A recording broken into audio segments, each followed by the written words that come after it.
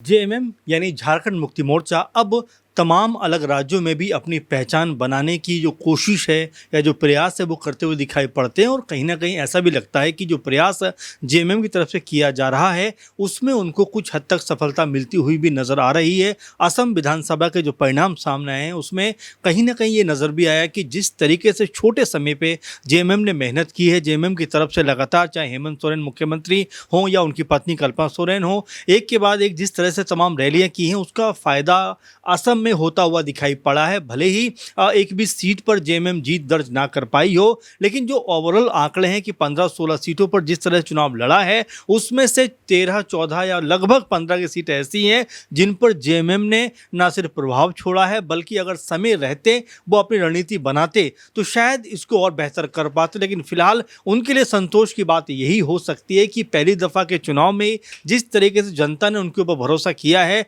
वो कहीं ना कहीं ये बता रहा है कि उनको एक बेहतर कह सकते हैं कि माहौल जो पूरे के पूरे असम में है उनको मिलता हुआ दिखाई पड़ा है। क्योंकि हम ये शुरुआत में ये बात कर रहे थे कि अगर असम में शायद थोड़ा पहले अगर वो काम करते तो शायद और बेहतर कर पाते। फिलहाल जो तमाम उनकी सफलता कहीं ना कहीं दिख रही है उसके ऊपर आंकड़ों के ऊपर बात करेंगे। तो चलिए आंकड़ों के जरिए आपको समझाते हैं कि झारखंड मुक्ति मोर्चा ने असम में किस तरह से अपनी मजबूत उपस्थिति दर्ज कराई है। तो ये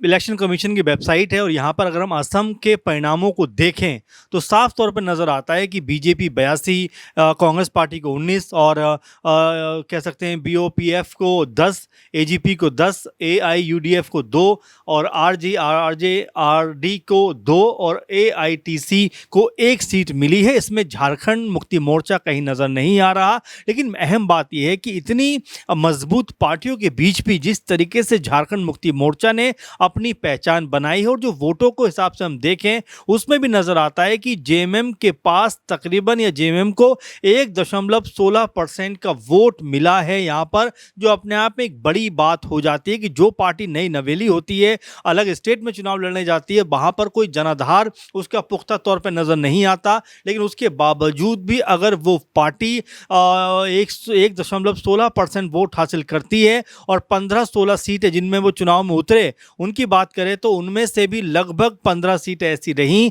कि जहां पर उन्होंने बेहतरीन प्रदर्शन किया है। हम इस आर्टिकल पे गौर करें तो पता चलता है कि बिना किसी गठबंधन के 17 सीटों पर जेएमएम ने चुनाव लड़ने का फैसला किया और इनमें भी 16 सीटों पर ही अपने सिंबल पर जो प्रत्याशी थे वो उतारे। 1 सीट उन्होंने समर्थित प्रत्याशी के जरिए चुनाव में गए, यानी कि पूरे तौर पर देखा जाए तो 16 सीटें ऐसी थीं जिनके ऊपर जेएमएम ने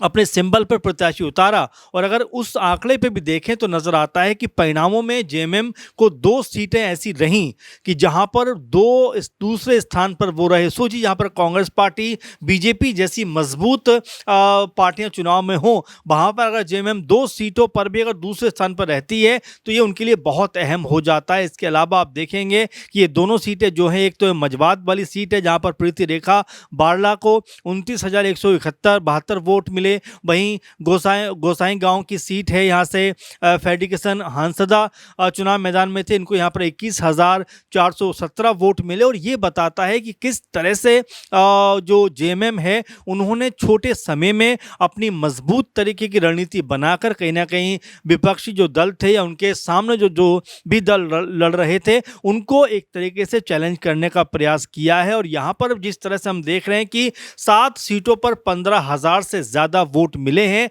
जो ये बताता है कि किस तरीके से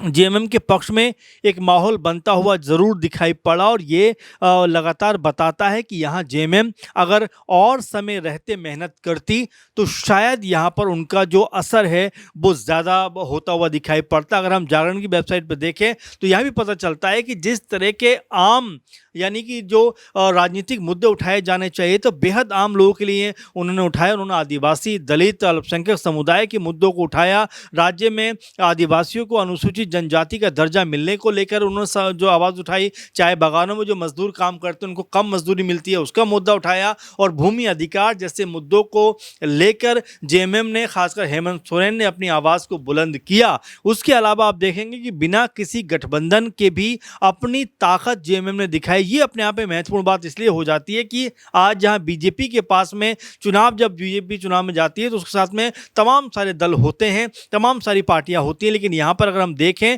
तो नज़र आता है कि जेएमएम ने अकेले के दम पर ये चुनाव लड़ा है। और चुनाव भी अकेले दम पे क्यों लड़ा है? क्योंकि सबसे पहले कांग्रेस पार्टी के पास में हेमंत सोरेन,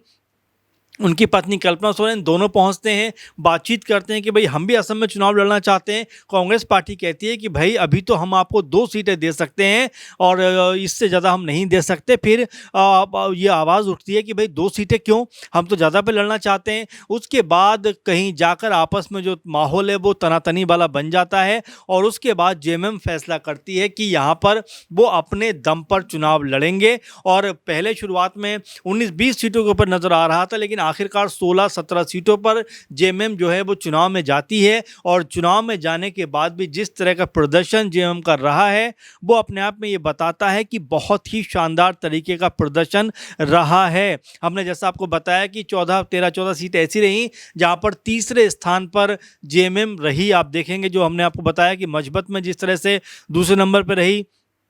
गोसाई गांव में दूसरे नंबर पे, वहीं विश्वनाथ में जो तहरूर गौड़ थे वो करीबन 12,000 वोट लेकर तीसरे नंबर पर रहे।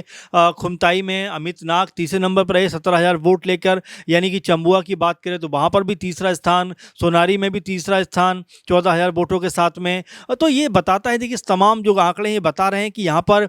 जो प्रत्याशी जेएमएम के वो लगभग तीसरे दूसरे स्थान पर रहे हैं। और उससे महत्वपूर्ण बात की जो जीत मिली है इन सीटों पर वो भाजपा को ज़्यादातर मिली है। एक सीट ऐसी है भिरगांव की जहां पर बोडोलैंड पीपुल्स फ्रंट को जीत मिली है, लेकिन उसके अलावा बाकी जितनी जगह पर जेएमएम दूसरे या तीसरे स्थान पर रही है वहां पर बीजेपी चुनाव जीतती हुई दिखाई पड़ी है। इसका भी सीधा सीधा असर ये हो जाता है, या इसका जो आंकड़ा है वो ये निकल कर आता है कि क्या यहाँ पर जेएमएम ने जिस तरह चुनाव में उतरी तो क्या उसने भाजपा के बजाय कांग्रेस पार्टी को नुकसान पहुंचाया? क्योंकि यहाँ पर एक भी सीट कांग्रेस पार्टी के खाते में जाती हुई नजर नहीं आई है। यहाँ सारी की सारी सीटें बीजेपी ने जीती हैं। तो कुल मिलाकर ये कहा जा सकता है कि कांग्रेस पार्टी को अपनी रणनीति में कहीं ना कहीं बदलाव करने की ज़रूरत है। जहां पर अपने सहयोगी दल अगर वो तवज्जो देते हुए नजर आते तो इसमें से कई सारी सीटें ऐसी थीं जो गठबंधन के क्या कह सकते हैं पक्ष में जा सकती थी। लेकिन जिस तरीके से कांग्रेस अपनी बात पर अड़ी रही और यहाँ पर जिस तरह से उन्होंने चुनाव में प्रदर्शन किया, क्योंकि कांग्रेस पार्टी ये मान के चल रही थी कि भाई हम यहाँ सरकार बना सकते हैं, हम मजबूत हैं। लेकिन जब परिणाम सामने आते हैं तो पता चलता है कि कांग्रेस पार्टी महज 19 सीटों पर जीत दर्ज कर पाती है और बीजेपी एक बार फिर से बहुमत में अपने आप को लाते हुए 82 सीटों पर जीत दर्ज करती है। तो कुल मिला जुलाकर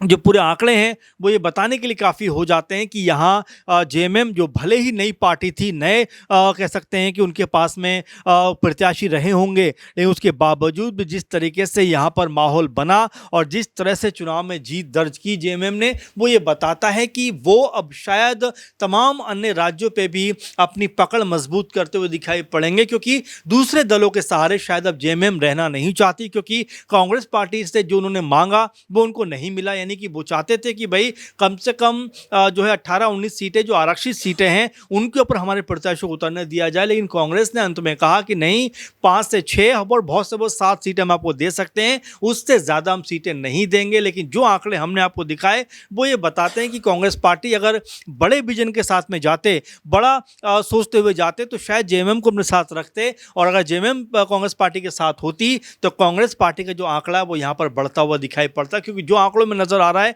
जहां जहां पर बेहतर प्रदर्शन किया है जेएमएम ने, उन सीटों पर सीधे तौर पर भाजपा को फायदा हुआ है। तो कुल मिला जुला कर कहा जा सकता है कि जेएमएम जो मजबूती के साथ में चुनाव लड़ी है और जो समय अभाव की हम लोग बात कर रहे हैं कि अगर ये कैंपेन अगर वो 6-7 महीना साल भर पहले से अगर वो चलाते हैं असम के अंदर तो शायद एक मजबूत और ताकतवर जीत यहाँ पर मिलती हुई दिखाई पड़ती। लेकिन चूंकि समय कम था, लेकिन उस कम समय में भी जेएमएम की तरफ से जो प्रदर्शन किया गया है वो ये बताने के लिए काफ़ी है कि वो आने वाले समय में अपनी योजनाओं में और ज़्यादा मजबूती ला सकते हैं, अपनी योजनाओं को समय के अनुसार और ज़्यादा ताकतवर कर सकते हैं, क्योंकि जिस तरह से झारखंड में उन्होंने मजबूती के साथ में पकड़ बनाई है, उसी तरह से पूर्वोत्तर राज्यों की तरफ भी अब कहीं ना कहीं जो जेएमएम है वो देखती हुई दिखाई पड़ रही है। अब आने वाले दिनों में जब चुनाव बाकी राज्यों में होंगे, अगले साल भी कई सारे स्टेट में चुनाव है, उत्तर प्रदेश में भी चुनाव है, तो क्या यहाँ पर भी जेएमएम की एंट्री होती हुई दिखाई पड़ेगी? तो फिलहाल ये भी बहुत सारे कयास हैं जो लगते हुए दिखाई पड़ते हैं, लेकिन ये जरूर माना जा सकता है कि जेएमएम ने जिस मजबूती के साथ में चुनाव लड़ा है, उसने हर किसी को कहीं ना कहीं हैरान जरूर किया है कि अगर ये पार्टी थोड़े समय पहले मजबूती के साथ में मैदान पर उतरती तो परिणाम बहुत हद तक या कई सीटों पर जेएमएम के पक्ष में जाता हुआ दिखाई पड़ता। इसको लेकर आप क्या सोचते हैं कि क्या वाकई में आने वाले दिनों में जेएमएम की जो ताकत है बहुत ज़्यादा पावरफुल होती हुई दिखाई पड़ेगी, और जो आसपास के राज्य हैं वहां पर क्या अब जेएमएम को चुनाव लड़ना चाहिए? क्योंकि जिस तरह का प्रदर्शन असम में नजर आया है, उससे तो यही लगता है कि अगर जेएमएम अपने आस पड़ोस के राज्य में अपने आप को मजबूत करती है तो पार्टी जो है वो और ताकतवर होती हुई दिखाई पड़ेगी। फिलहाल के प्रोग्राम में इतना ही। आप लगातार बने रहें, क्योंकि हम ऐसे मुद्दे पर लगातार आपके सामने कार्यक्रम लेके आते रहेंगे। फिलहाल आप जुड़े रहें। नमस्कार।